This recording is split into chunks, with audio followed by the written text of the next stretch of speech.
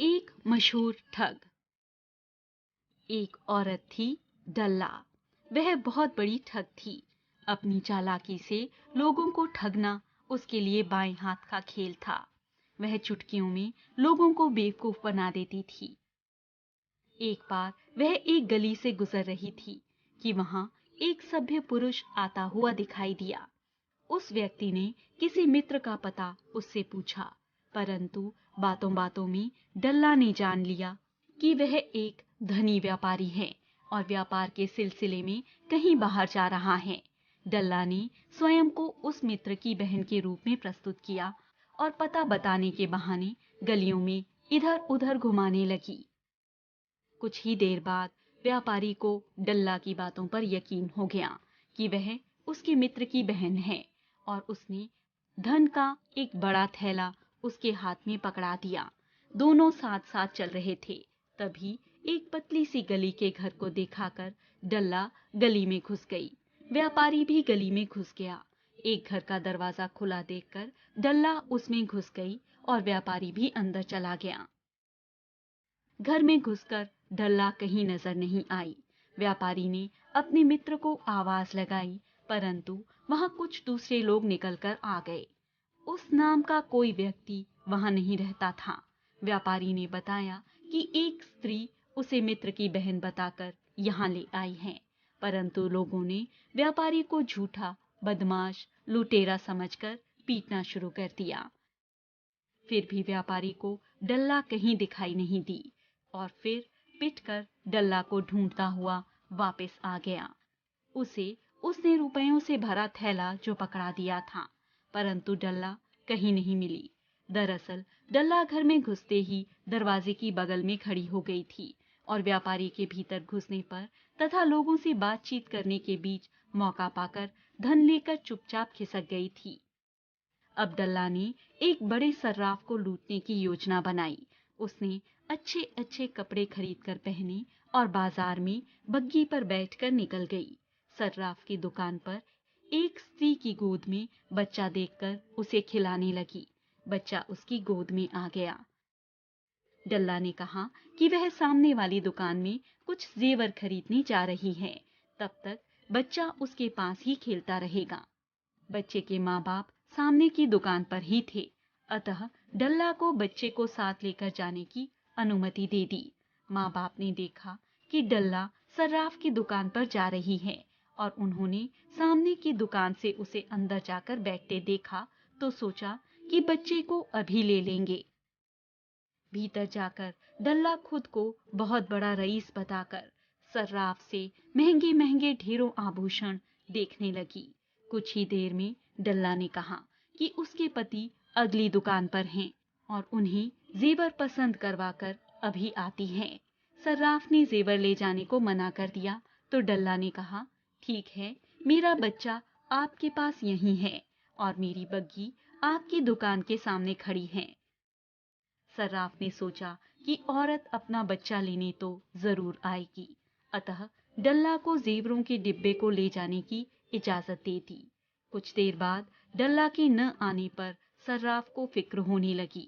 इतने में बच्चा रोने लगा। सामने की दुकान से माँ बाप दौड़े आए और बच्चे को गोद में उठाने लगे। सर्राफ गुस्से में बोला, तुम लोग क्या करते हो? बच्चे की माँ को तो आने दो। माँ बाप के समझाने पर सर्राफ नहीं माना, परंतु बच्चा उनके पास जाकर चुप हो गया तो सर्राफ को मानना पड़ा। फिर उन्होंने बग्गी वाले से पूछा कि उनकी मालकिन कहाँ गई है और कितनी देर में आएगी। बग्गी वाले ने बताया कि एक स्त्री ने किराए पर यह बग्गी ली थी और अंदर सर्राफ की दुकान पर गई थी। वह उसी स्त्री का इंतजार कर रहा है। इतनी जांच पड़ताल करते बहुत देर हो चुकी थी और डल्ला जेवर लेके बहुत दूर जा चुकी थी। अब डल्ला को अगले शिकार का इंतजार था। एक दिन उसने एक योजना बनाकर अच्छे पकवान व मिठाई बनाई। फिर साधारण कपड़े पहनकर खेतों में काम करने चली गई। उधर से उसने एक राहगीर को धन ले जाते देखा तो कुछ विचार कर उससे मीठी भाषा में बोली, भैया, इतनी गर्मी में कहाँ जा रहे हो? वह बोला, शहर जा रहा हूँ, अपनी दुकान के लिए माल खरीदना है। भैया, अभी तो बड़ी धूप हो गई है, यहीं पास में मेरा घर है, वहां चलकर पानी वानी पीकर चले जाना।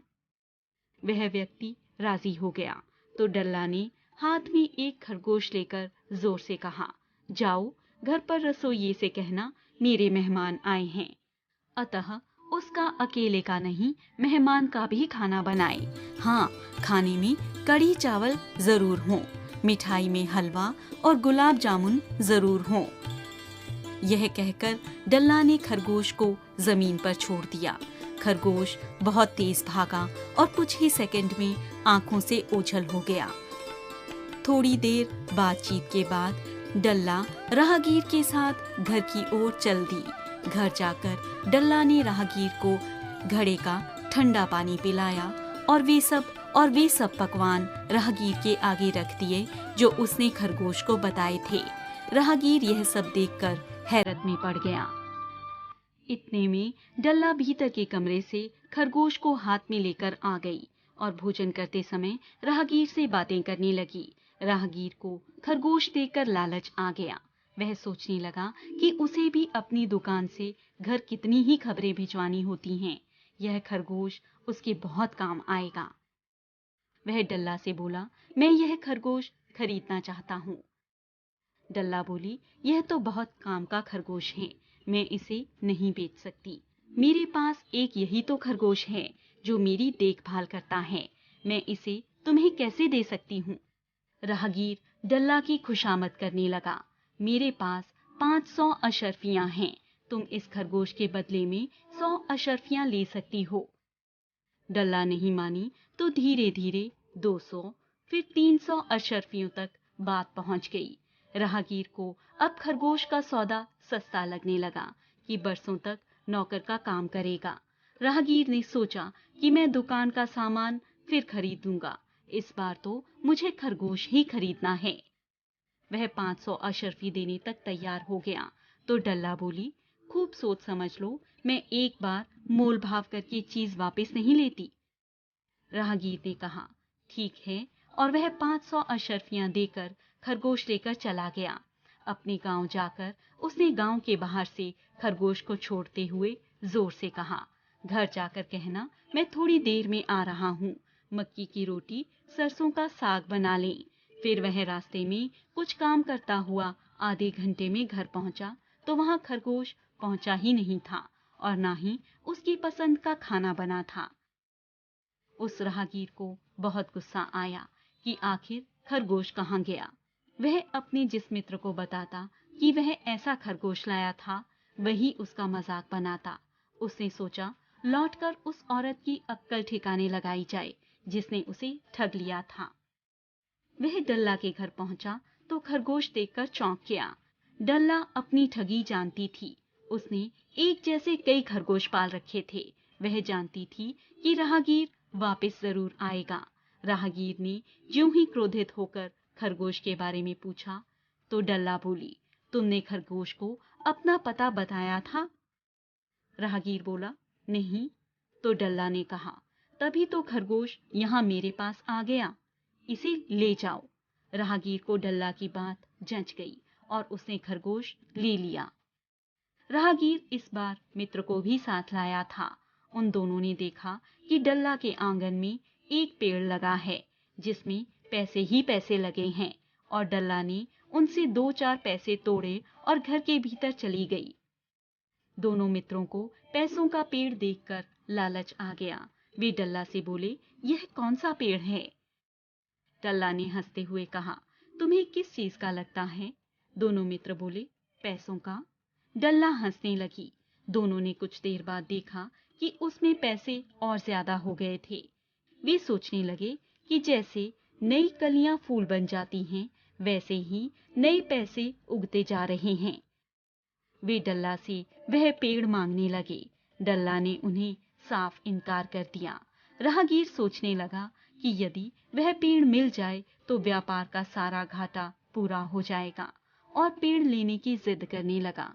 दोनों मित्रों ने अपने साथ लाया सारा धन देकर उस पेड़ को खरीद लिया, लेकिन शर्त के मुताबिक डल्ला ने पेड़ में पहले से लगे सारे पैसे तोड़ लिए। दोनों मित्र पेड़ लेकर घर पहुंचे, लेकिन घर तक पहुंचते पहुंचते पेड़ मुरझा गया। उन लोगों ने उस पेड़ की खूब सेवा की, पानी दिया, परंतु न पेड़ हरा हुआ न ही उसमें पैसे लगे। ढूंढने पर डल्ला का कहीं पता नहीं लगा। वह वहां से दूर जा चुकी थी। वह एक सराय में ठहरी। एक दिन 14-15 साल के लड़के को रुपयों का लालच देकर अपने साथ मिला लिया। बाजार से 2 तरह के सुंदर डंडे खरीदे और योजना बनाकर रात को डंडे से उस लड़के को जोर जोर से मारने लगी। शोर सुनकर अनेक लोग दौड़े चले आए। लोगों ने देखा कि लड़का कुछ ही देर में अधमरा होकर गिर पड़ा। डल्ला चिल्ला चिल्ला कर कह रही थी, मेरा कहना नहीं मानता, बोल अब मानेगा। सबने सोचा,